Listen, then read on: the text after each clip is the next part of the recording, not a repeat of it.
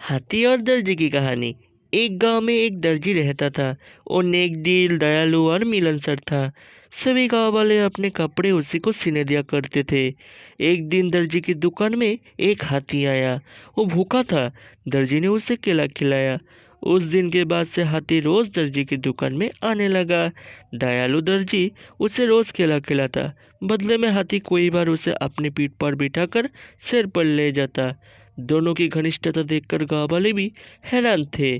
दर्जी का बेटा बड़ा शरारती था। दर्जी के जाते ही उसने केला खुद खा लिया। जब हाथी आया तो उसके शैतानी दिमाग में एक शरारत सूझी। उसने एक सुई ली और उसे अपने पीछे छुपाकर हाथी के पास गया। हाथी ने समझा कि वो केला देने के लिए आया है, इसलिए अपने सुर आगे बढ़ा दी। उसके सुर बढ़ाते ही दर्जी के बेटे ने उसे सुई चुभा दी। हाथी दर्द से बिलबिला उठा।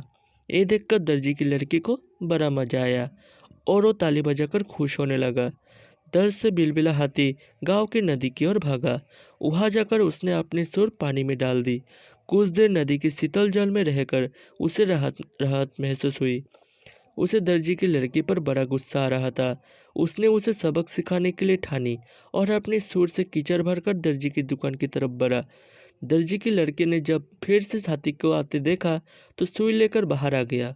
वो हाथी के पास आते ही उसे सुई चुभाने के लिए आगे बढ़ा, मगर हाथी ने सुई में भरा सारा कीचड़ उस पर उड़ेल दिया। लड़का दुकान के दरवाजे के सामने खड़ा था। वो ऊपर से नीचे तक कीचड़ से लथपथ हो गया था। दुकान के अंदर भी छिटक गया और लोगों द्वारा दिए गए कपड़े भी गंदे हो गए। उसी समय दर्जी भी अपना काम निपटकर दुकान वापस आया। वहाँ की ये हालत देखकर उसे कुछ समझ नहीं आया।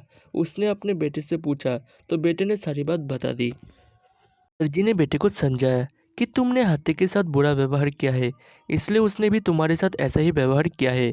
जैसा व्यवहार करोगे ऐसा ही पाओगे। आज के बाद किसी के साथ बुरा मत करना। फिर दर्जी ने हाथी के पास जाकर उसकी पीठ सहलाई और उसे केला खिलाया। हाथी खुश हो गया। दर्जी के बेटे ने भी उसे केला खिलाए, जिससे हाथी और उसकी दोस्ती हो गई। उस दिन के बाद से हाथी दर्जी के बेटे को भी अपनी पीठ पर बिठाकर घुमाने लगा। अब दर्जी के बेटे ने शरारत छोड़ दी और सब लोगों से अच्छा व्यवहार करने लगा। Thank you.